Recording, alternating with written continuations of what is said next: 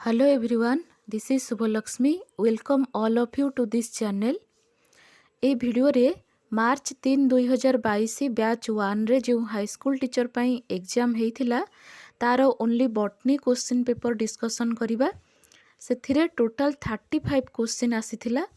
सो ए video रे किछि question देखिबा एवं तार प्रॉपर एक्सप्लेनेशन सहित। Before that, let's see a beautiful message. If you have the right inculcation of purity, then every action will be accurate and perfect. अर्थात जदि पवित्रतार यथार्थ धारणा रही तेबे तुमर सबु कर्म यथार्थ एवं युक्तियुक्त हेब। Okay, see the first question. Which of the following is a natural oxygen produced by plant. अर्थात प्लांट रे जोटा नेचुरल ऑक्सीजन थाए तो सेटा क्योंटा। Option A indole butyric acid, option B cytokinin, option C ethylene, option D abscisic acid. आमे जानिचे कि IBA इंडोल ब्यूटारिक एसिड जहाँकि गोटे natural oxygen which is produced by plant. So here the correct answer is option A, that is indole butyric acid. So oxygen जहाँकि गोटे plant hormone and which is help in growth promoter अर्थात growth रो promoting ପାଇଁ कि जो hormone काम करे ताको हमें ग्रोथ प्रमोटर बोली कहि थाउ। तो ऑक्सीजन होची जहाँकि नेचुराली प्लांट रे प्रेजेंट थाए क्यों फॉर्म रे जोटा कि आमे जानिचे मोस्ट कॉमन होची indole acetic acid. Okay, IAA indole 3 acetic acid is the main oxygen in most of the plant. ता सहित इंडोल ब्यूटारिक एसिड मध्य प्लांट रे थाए। While IBA is the most common exogenously applied plant growth regulator. IBA has a weak oxygen activity but is relatively stable in and insensitive to the oxygen degrading enzyme systems. ठीक अच्छे, तो most जदि main oxygen पचारि था जले option रे IA था तले एटा हेई था करेक्ट IAA अर्थात इंडोल 3 ब्यूटारिक एसिड। तो IBA मध्य नेचुरल ऑक्सीजन अर्थात जोटा कि प्लांट रे प्रोड्यूस्ड होता है। सो जेहेतु ऑप्शन रे IBA थिला, सो correct answer is indole 3 butyric acid. And IAA and IBA both are plant growth regulator which present in naturally in the plant. So the natural oxygen produced by plant is indole butyric acid and also indole 3 acetic acid IAA and IBA. Okay, then next question. Plant that require a specific day length for flowering to be triggered are called. आमे जानिचे कि flowering पाई जो day length एवं specific day length रो आवश्यक होई थाए तो ताकू आमे कौन कही थाउ से प्रोसेस को ताकू कही थाउ फोटो पीरियडिज्म। ठीक अच्छी, तो फोटो पीरियडिज्म होची प्रोसेस और photo periodism it is the mechanism that enables plant to respond to day length so that they flower at a specific time of the year. ताको आमे फोटो पीरियडिज्म बोली कहवा जहाँकि गोटे स्पेसिफिक डे लेंथ फ्लावरिंग पाई plant को आवश्यक होता है एवं the length of the daily period of light to which a plant is exposed to day length is called photo period. अर्थात फोटो पीरियड हेउची प्लांट को डेली बेसिस रे केते lightning मिलुची बा लाइट केते ताकू केते पीरियड पर्यंत लाइट रे से एक्सपोज्ड होउची तो ताकू हमें फोटो पीरियड कहिबा एवं तार मेकानिज्म को हमें फोटो पीरियडिज्म बोली कहबा।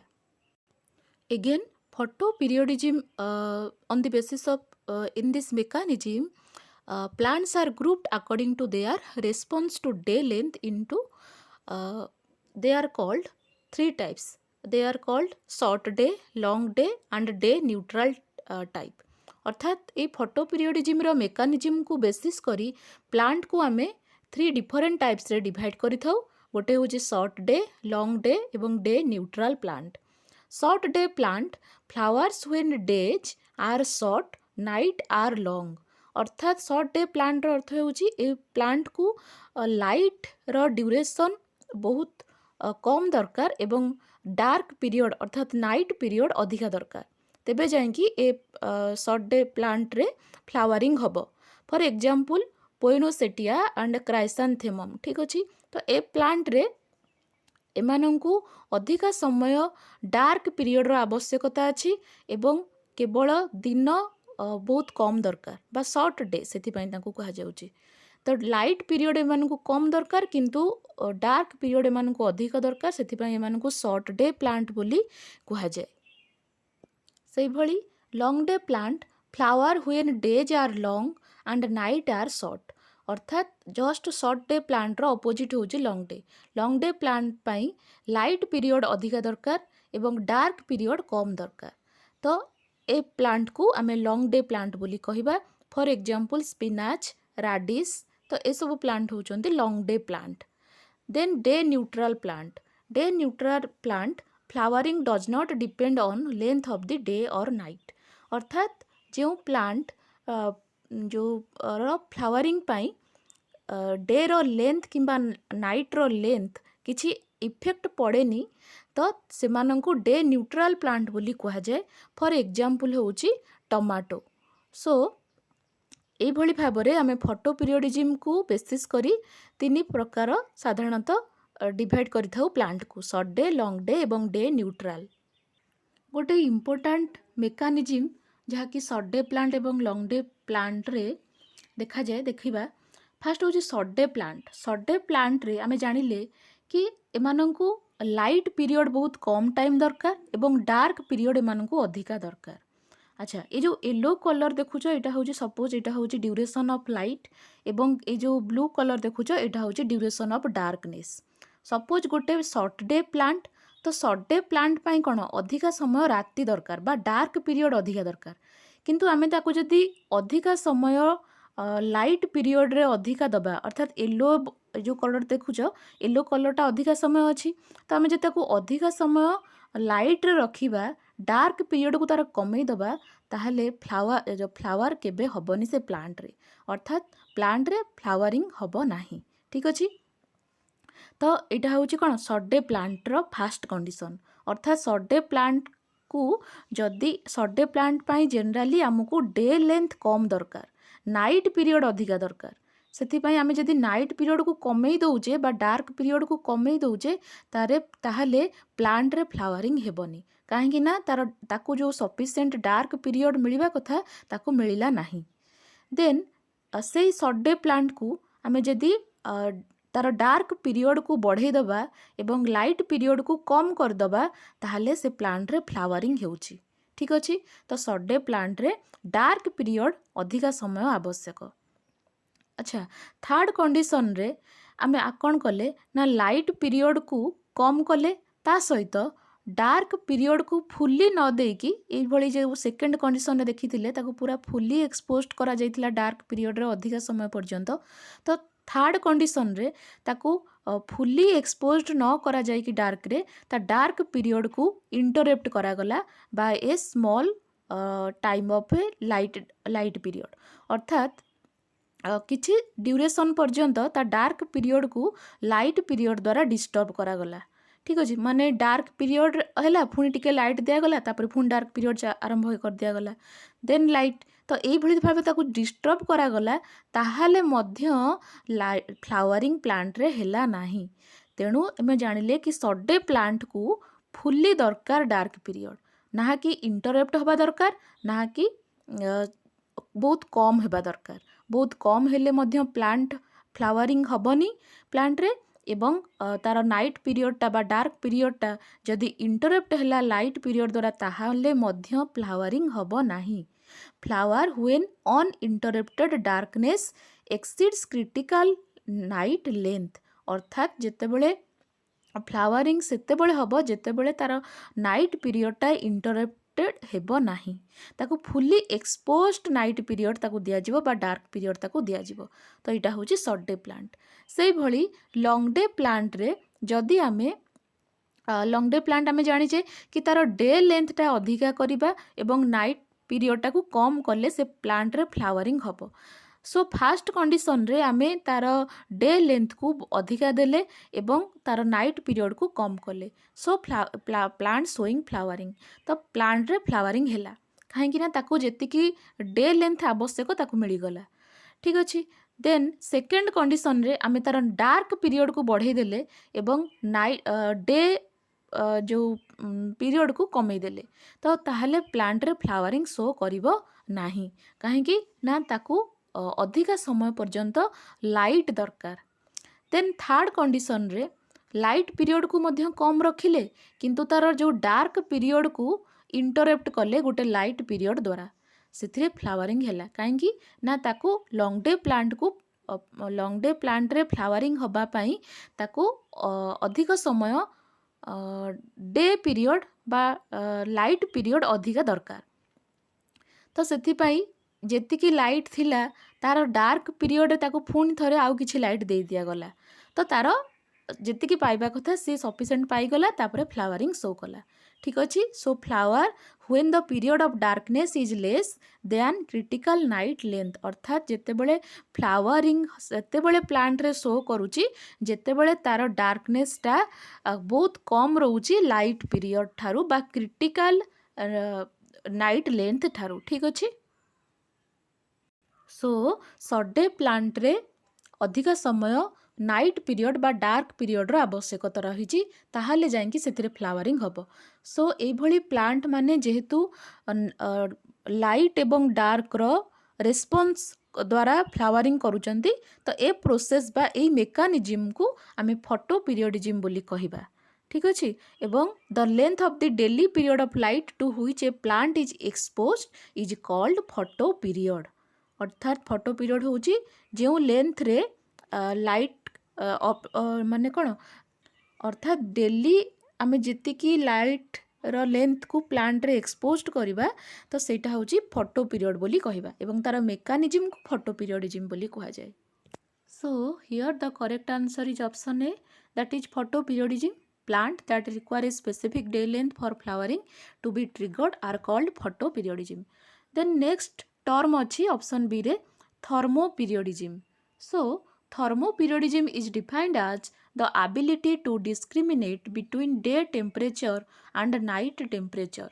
जेमिति फोटोपीरियडिज्म लाइट रो डे लेंथ उपरे बा नाइट डार्क पीरियड एवं लाइट पीरियड को इंटरप्शन को माने कौन बोथ रो एक्सपोज्ड ऑफ द प्लांट रे केते समय आमे डे लेंथ को बा डार्क पीरियड को एक्सपोज्ड करूचे ताको आमे फोटो पीरियड बोली कहउथिले तो ठीक से भली थर्मोपीरियडिज्म होउची टेम्परेचर बा केते मेंटेन करूचे डे रे एवं नाइट रे तो सेटा को आमे थर्मोपीरियडिज्म बोली कहिबा से मेकानिज्म को देन ऑप्शन सी रे आउ गोटे टर्म अछि दैट इज भर्नालाइजेशन अच्छा भर्नालाइजेशन एवं फोटो पीरियडिज्म कौन एवं तार डिफरेन्स मध्य बेले बेले माने जानिले ही आमे जानि परिबा भर्नालाइजेशन कौन अर्थात बेले बेले क्वेश्चन मध्य भर्नालाइजेशन रु आसी थाए जदि आमे सिंपली भर्नालाइजेशन रो डेफिनेशन कहिबा ताहले vernalization it is a process of preparing the plant for perceiving stimulus for flower induction by cold treatment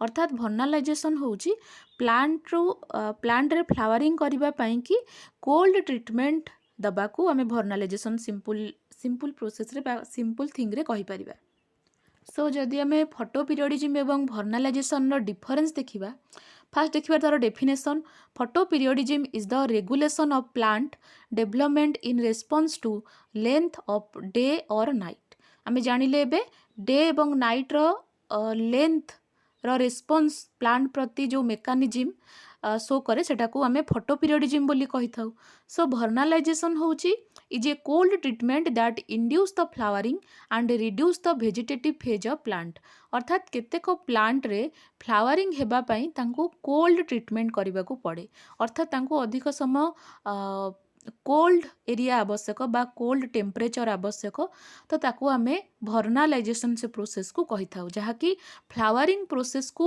induce करे ओब्वियसली जदि हमर प्लांट रे दुईटा स्टेज रहउची गोटे वेजिटेटिव स्टेज आउट होउची रिप्रोडक्टिव स्टेज तो वेजिटेटिव स्टेज को भर्नालाइजेशन कौन करे रिड्यूस करे ओब्वियसली फ्लावरिंग को इंड्यूस करबो माने तार वेजिटेटिव पीरियड टा रिड्यूस हबो ठीक अच्छे। Then photoperiodism it is a natural process. फोटो पीरियडिज्मटा हूँ गोटे नेचुरल प्रोसेस कहीं जो से अनुसार आम प्लांट को सर्ट डे और लंग डे प्लांट रे डिवाइड करि थाउ। अर्थात प्लांट जो प्लांट गुड़ाक सर्ट डे होता तो से दिन समयटा बहुत कम मिलता है बा डे पीरियडटा कम मिलता है किंतु नाइट रो समयटा अधिका मिलता है। ठीक अच्छे। एवं लंग डे प्लांट आम जानिले से लाइट रो पीरियडटा अधिका मिलता है से माने फ्लावरिंग करिथांती। तो यहाँ हूँ गोटे नेचुरल प्रोसेस किंतु भर्नालाइजेशन हूँ गोटे ट्रीटमेंट। सपोज गोटे प्लांट रे आमे कोल्ड ट्रीटमेंट दौचे तो सेटा हूँ आर्टिफिशियल आमे किछि करूचे सेटा हूँ भर्नालाइजेशन बोली कहबा। देन मेन फैक्टर हूँ फोटो पीरियडिज्म रो length of the day and night और लाइट। ठीक अच्छे। आमे जानिचे कि नाइट पीरियड बा डार्क पीरियड एवं लाइट पीरियड रो लेंथ को फोटो पीरियडिज्म माने फोटो पीरियडिज्म बा प्लांट रो जो फोटो पीरियडिज्म मेकानिज्म को अफेक्ट करे। देन भर्नालाइजेशन हूँ गोटे कोल्ड मेन फैक्टर हूँ तार कोल्ड टेम्परेचर आमे मेंटेन करूचे प्लांट रे कोल्ड टेम्परेचर को से प्रोसेस को आमे बा मेकानिज्म को आमे भर्नालाइजेशन कहबा जहा द्वारा प्लांट रे फ्लावरिंग होता है। देन आउटकम फोटो पीरियडिज्म हूँ regulation of plant process. Plant रो फ्लावरिंग प्रोसेस को रेगुलेशन करे फोटो पीरियडिज्म रे किंतु vernalization it's so early flowering. अर्थात भर्नालाइजेशन हूँ कोल्ड टेम्परेचर आम ट्रीटमेंट करूचे प्लांट को कोल्ड टेम्परेचर देकी तो प्लांट रे वेजिटेटिव पीरियडटा रिड्यूस हो जाए एवं तार फ्लावरिंग रिप्रोडक्टिव पार्टा स्टेजटा आरंभ हो जाए। So the plant so early flowering. Then reverse of the effect अर्थात photoperiodism by exposure to unfavourable photo periods.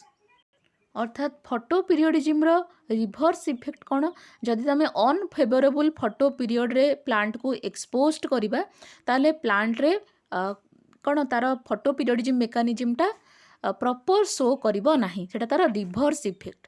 से भली भर्नालाइजेशन रे by exposure to high temperature अर्थात भर्नालाइजेशन पाई की प्रोसेस पाई की हमको कोल्ड टेम्परेचर आवश्यक। जदि आम प्लांट को रिवर्स करवा अर्थात रिवर्स इफेक्ट से शो कर हाई टेम्परेचर दबा ताहले ओबियसली तार वेजिटेटिव ग्रोथ हम किंतु ईयरली फ्लावरिंग बा फ्लावरिंग आ शो करिबो नाही शीघ्र तो सेतिपई एटा तार रिवर्स इफेक्ट।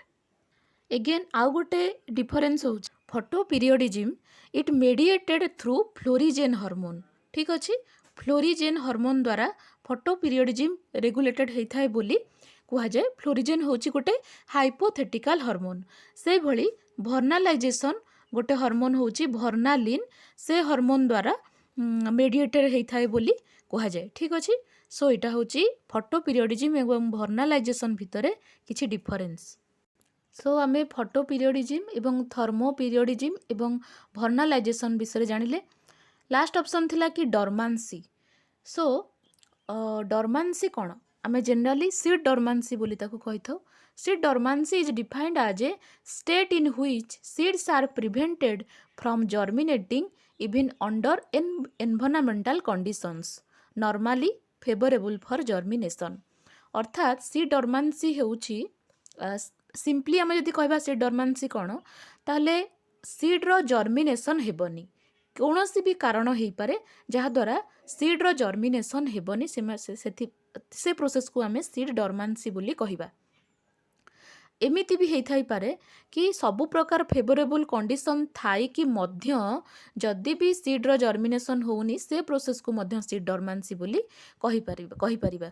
सो सीड डॉर्मेंसी रो बहुत सारा कंडीशन अच्छी जेमती कि complex combination of water light temperature gases mechanical restriction seed coat and hormone structure अर्थात ए सब होची फैक्टर जहाँकि सीड डॉर्मेंसी कॉज करिबारे एमाने होचंती मेन रोल क्रिएट करिथांती। ठीक अच्छे। जेमिति सपोज गोटे सीड रो हार्ड सीड कोट अच्छी तो ऑब्वियसली सेटा सीड जर्मिनेशन शीघ्र हेबो नाही। ठीक अच्छे। से भली सपोज सीड जर्मिनेशन पाई कि वाटर बहुत इम्पोर्टान्स अच्छी जदि वाटर से कौन सी एरिया रे बा कंडीशन रे अवेलेबल नाही वाटर स्कारिसिटी अच्छी तो ओबियसली सीड जर्मिनेशन हेबो नाही तो सीड नॉर्मली आमे कहि परिबा कि सीड रो जर्मिनेशन न हेबा को आमे सीड डॉर्मेंसी बोली कहिबा बट हियर जेहेतु पचारिछि कि फ्लावरिंग रो day length specific day length पाई जो प्लांट रे रिक्वायर्ड हुए से प्रोसेस को बा से मेकानिज्म को कौन कहा जाए सो here the correct answer is option A that is photo periodism okay see the next question suppression of lateral bud by the apex is regulated by which plant growth regulator अर्थात plant growth regulator अर्थात क्यों plant hormone जहाँकि लाटेराल border suppression पाई कि दायी होता है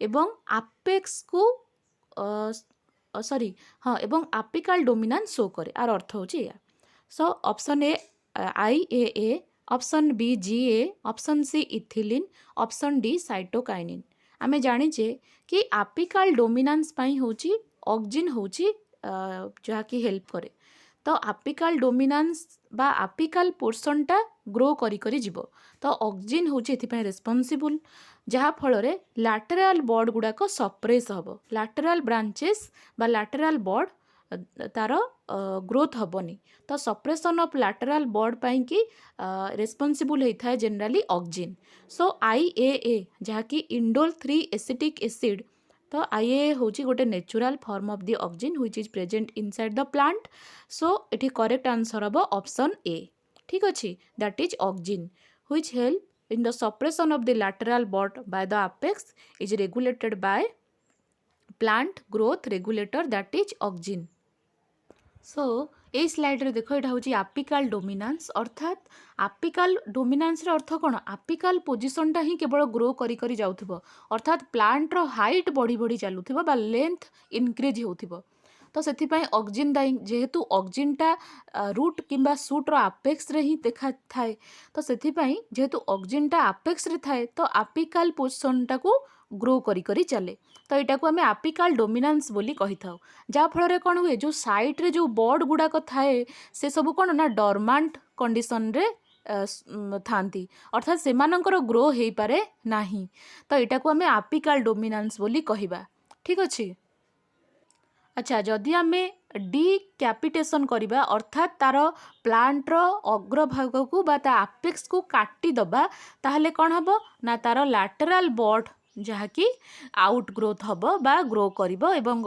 branch show करिबो तार lateral baud रे ठीक अच्छे से ए प्रोसेसटा को माने आम ये जो प्रोसेसटा को आपिकाल डोमिनेंस बोली कही था एवं आपिकाल डोमिनेंस पाई कि ऑक्जिन होची रेस्पॉन्सिबल होता है एवं तार अपर पार्ट को जदि आम कट करवा ताहले लैटेराल बॉर्डर पुणी आउट ग्रोथ हम यहाँ तार सॉल्यूशन ठीक अच्छे so here the correct answer is option A that is indole 3 acetic acid which is a natural auxin then gibberellic acid आम जानिचे ये मध्य गोटे plant growth regulator hormone and it is responsible for mainly seed germination अर्थात dormancy को break करिबारे gibberellin रो role बहुत थाए तो जिबरलिन रो मेन रोल होची से डॉर्मेंसी को ब्रेक करिवो एवं सीड रो जर्मिनेशन को शो करिवो एवं इथिलिन को आमे जानिचे एटा होची गैसियस हार्मोन एवं फ्रूट राइपनिंग हार्मोन ए हार्मोन जहाँ कि ये मध्य प्लांट ग्रोथ रेगुलेटर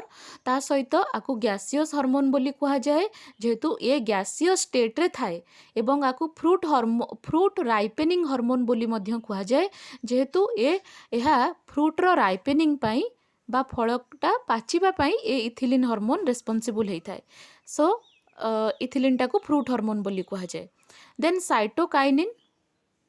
साइटोकाइनिन रो मेन रोल होची सेल डिवीजन जहाँ से आमे ताकू टिश्यू कल्चर रे साइटोकाइनिन हार्मोन को बेसी यूज करथाउ because it help in morphogenesis so it help माने यूज करा जाए आम टिश्यू कल्चर लैब रे ठीक अच्छे ता सहित सेल रो एनलार्जमेंट पाई मध्य साइटोकाइनिन बहुत हेल्प करे सेनेसेंस को मध्य डिले करिबारे साइटोकाइनिन रो बहुत इन्वॉल्वमेंट थाए साइटोकाइनिन मध्य डॉर्मेंसी सीड रो सीड को माने कौन सीड रो डॉर्मेंसी को ब्रेकिंग करबा पई मध्य साइटोकाइनिन मध्य हेल्पफुल हेइ थाए ठीक अछि okay so here the correct answer is option A auxin और indole 3 acetic acid which is responsible for apical dominance. Then next question, which plant growth regulator are also called as stress hormone? Stress hormone काहाकू कुहा जाए? Option A abscisic acid, option B ethylene, option C auxin, option D cytokinin.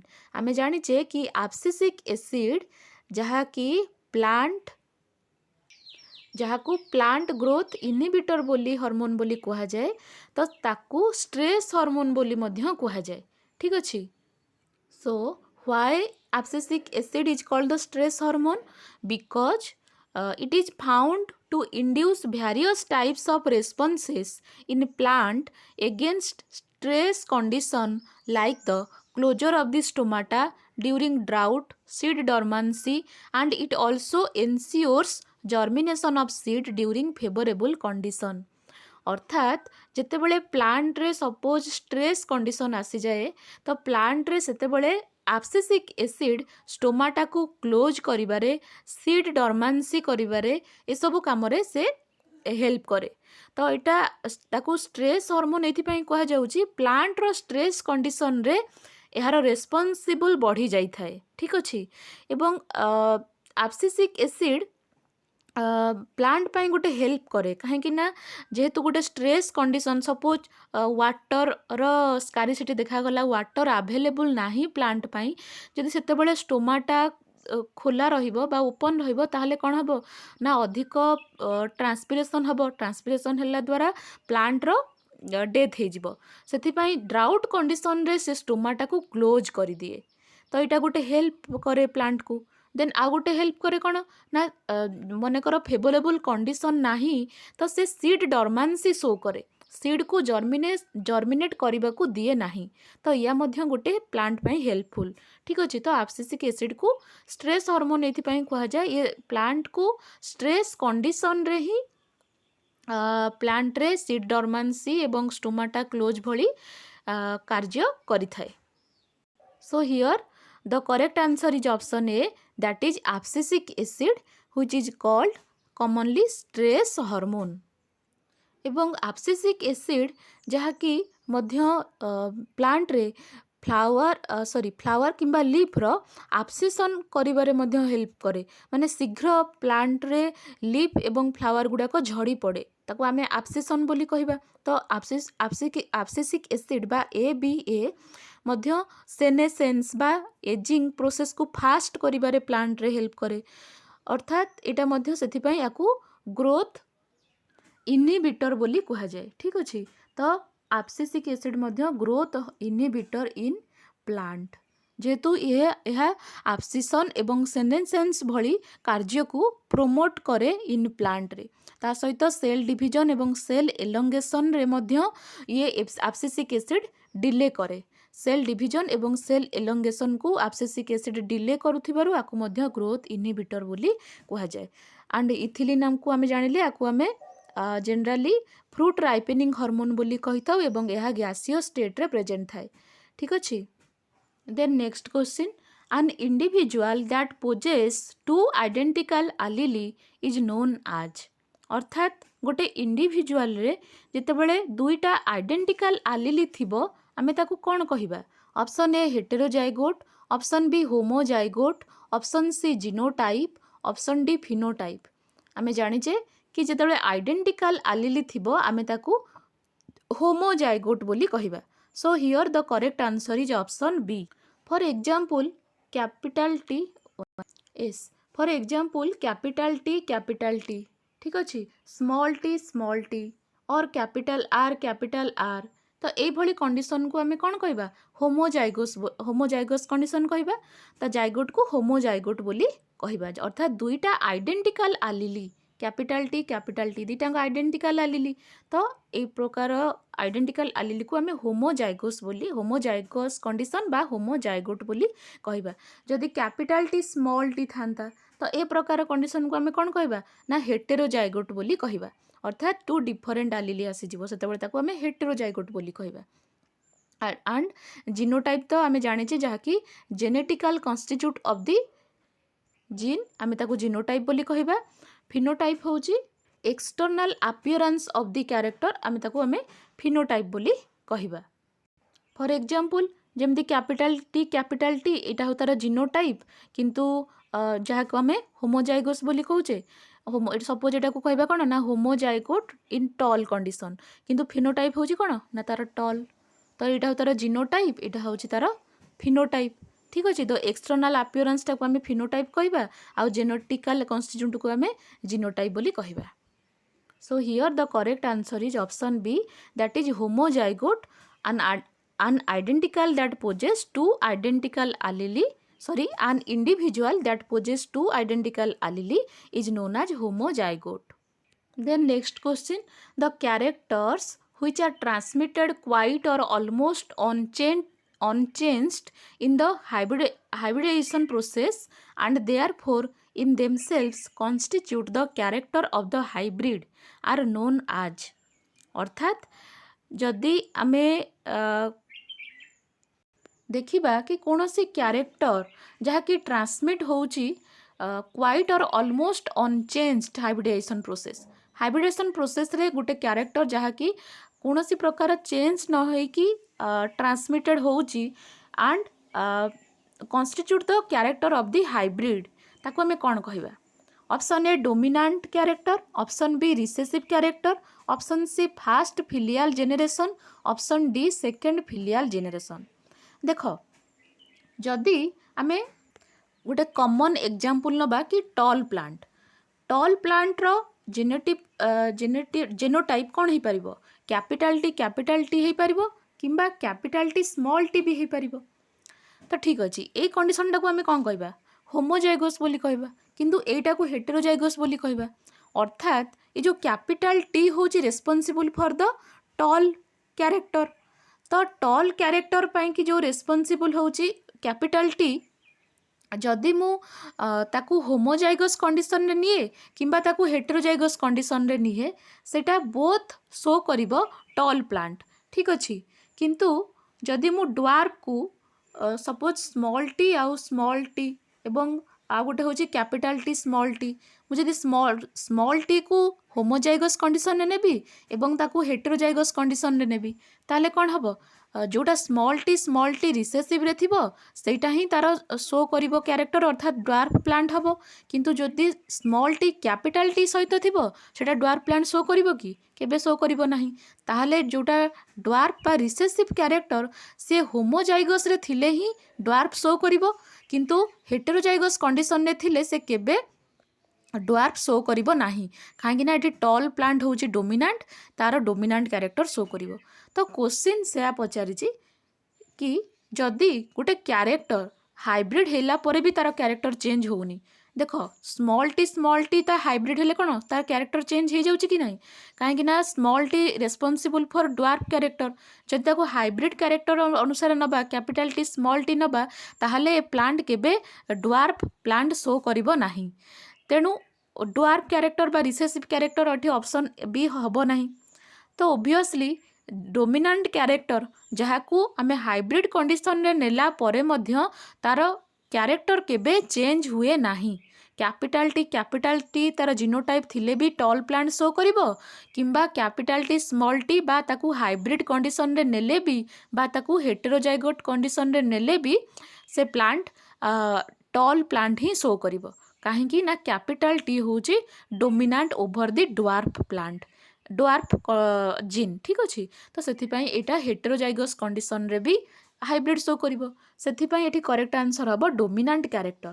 The dominant character जहाँकि hybridisation रे मध्य unchanged थाए अर्थात कोनोसी ता character change हुए नाही। Okay so here the correct answer is option A that is dominant character. Okay then next question, when the genetic basis of one character is investigated in breeding experiment that type of cross is known as। अर्थात आमे जदि कोनोसी experiment रे गोटे character थिबा genetic constitute को नबा बा क्रॉस करिबा ताकू आमे कोन कहिबा आमे जानिचे सिंपली ताकू आमे मोनो हाइब्रिड क्रॉस बोली कहिबा। अर्थात मोनो हाइब्रिड क्रॉस रे प्लांट जो आमे प्लांट भितर क्रॉस करि थाउ ता गोटे कैरेक्टर कंटेन करि थाए। For example tall plant is so for example tall plant cross with the dwarf plant, capital T cross with the small t, capital T is the tall and small t is the dwarf. So कौन एटा plant रो ये हूँ tall plant ये हूँ dwarf plant तो तार गोटे character show करुच्ची अर्थात toll एवं ड्वार्फ जहाँकि प्लांट रो हाइट हूँ ट्रेट एवं टॉल आउ ड्वार्फ हूँ तार कैरेक्टर तो गोटे कैरेक्टर शो करुच्ची ना जदि तुम गोटे कैरेक्टर प्रेजेंट थी ताको आमे कौन कहबा मोनो हाइब्रिड क्रॉस। ठीक अच्छे से भली जदि दुईटा कैरेक्टर थिबो ताको आमे डाई हाइब्रिड क्रॉस बोली कहिबा। For example capital Y small y capital R small r cross with capital Y small y and capital R small r।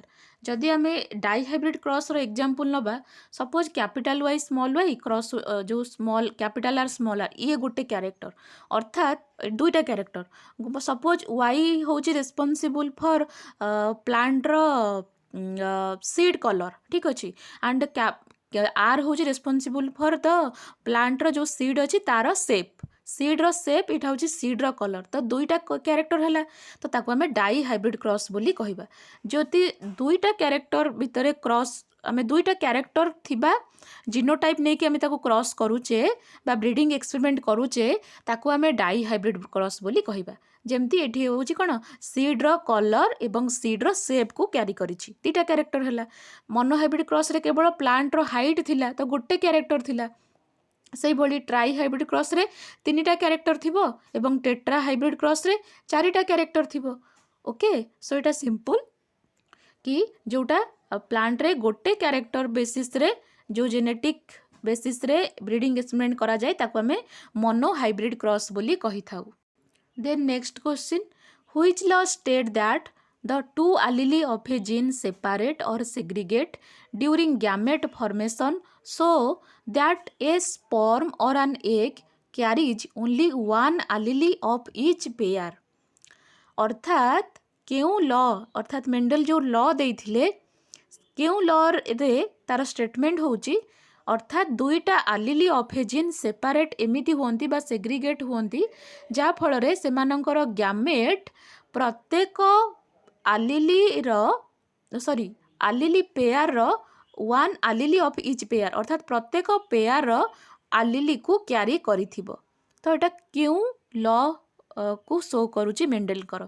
Option A the law of dominance, option be the law of segregation, option see the law of independent assortment, option D the law of incomplete dominance.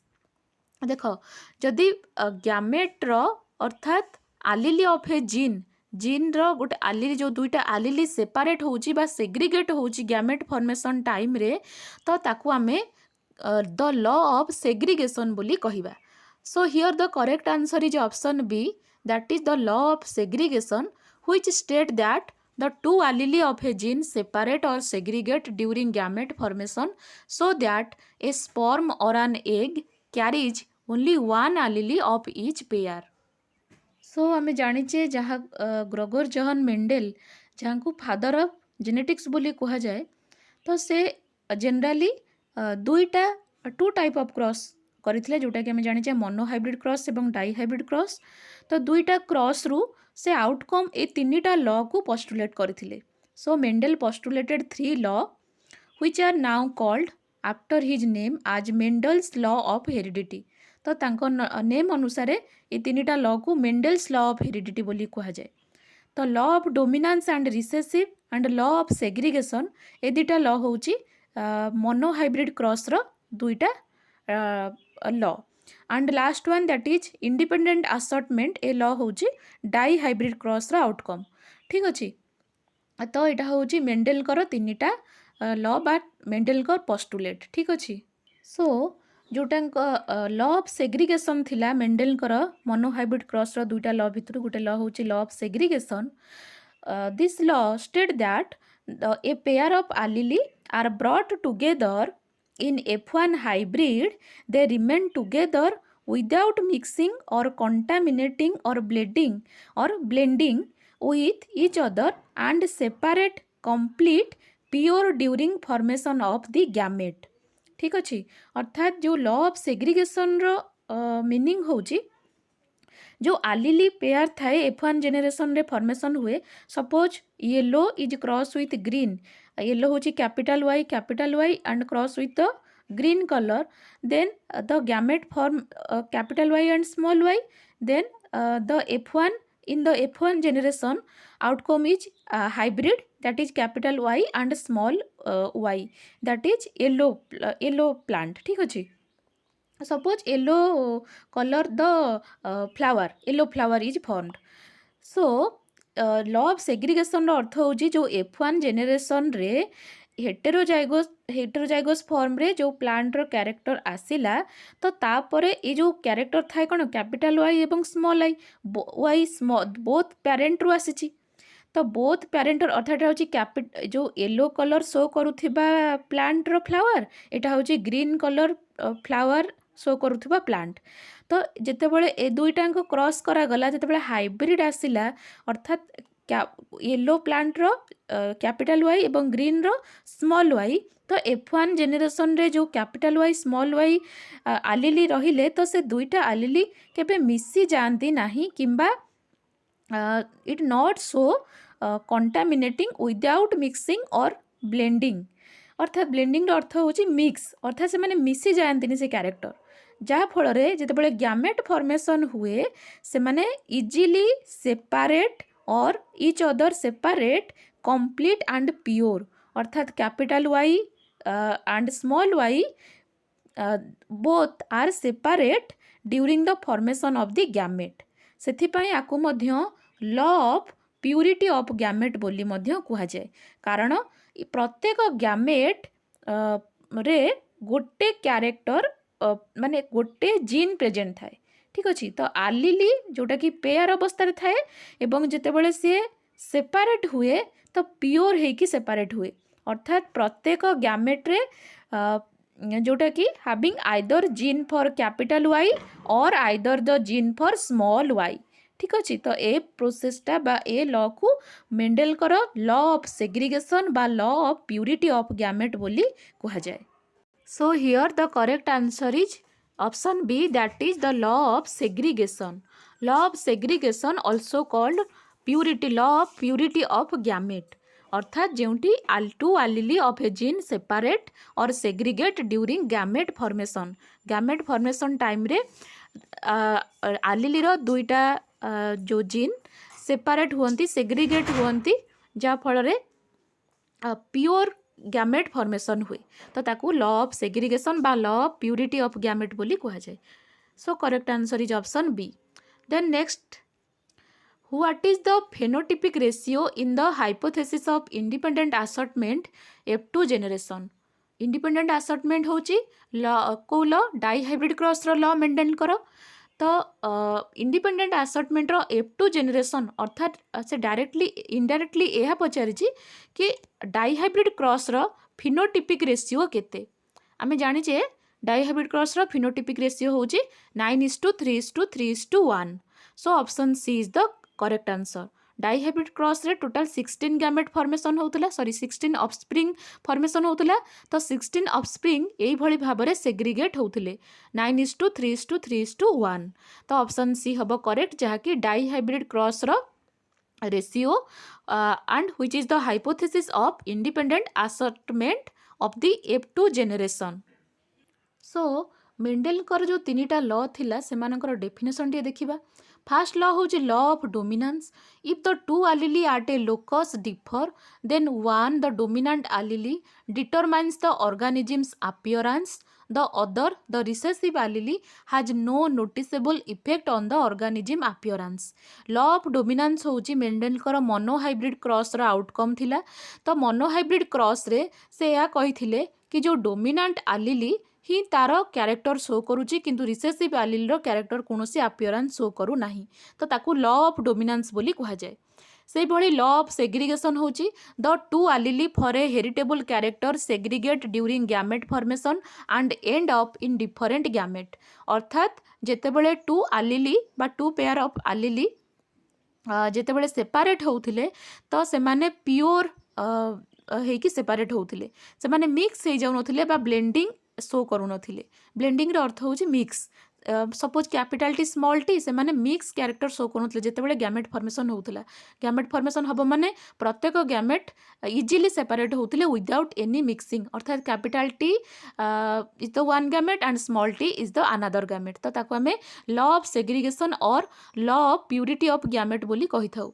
Then law of independent assortment, each pair of allele segregate independently of the other pair of allele during gamete formation. For example, suppose capital Y small y and capital R small r is crossed with the capital Y small y and capital R small r.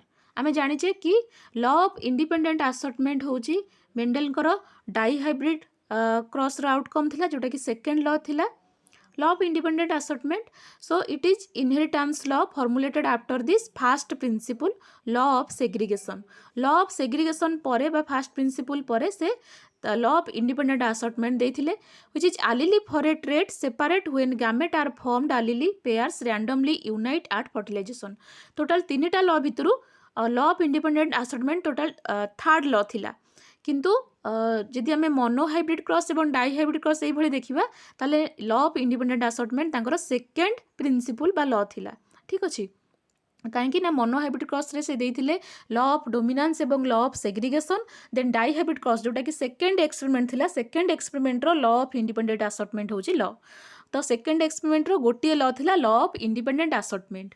अर्थात यही plant को जितेबाला आम cross करवा capital Y small Y capital R small R is crossed with the capital Y small Y and capital R small R. Suppose it is the yellow colour seed and crossed with yellow and ring round crossed with the yellow and round colour plant अर्थात seed bearing plant. Capital Y small Y होची suppose colour of the seed and capital R small R is the shape of the seed. तो दुईटा character जेहेतु रहुची तो आपको आम कौन कही था डाई हाइब्रिड क्रॉस बोली कही था। तो डाई हाइब्रिड क्रॉस रे इंडिपेंडेंट असॉर्टमेंट रो लॉ अनुसार ये जो allele गुड़ाक जितेबाला गैमेट फॉर्मेशन हुए प्रत्येक पेयर ट्रेट सेपरेट होता है गैमेट रे।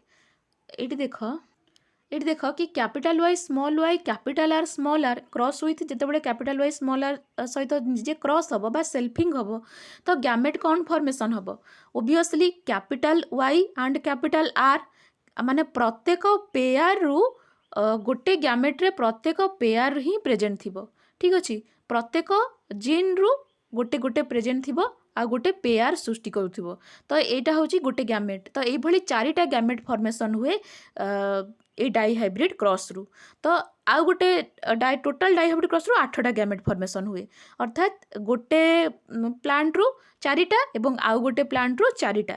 ये जो प्लांट है जोटा कि शो करुची येलो एवं राउंड कलर सीड तो capital Y and capital R जोटा कि दुईटा प्रत्येक ट्रेट सेपरेट होची गोटे गैमेट रे।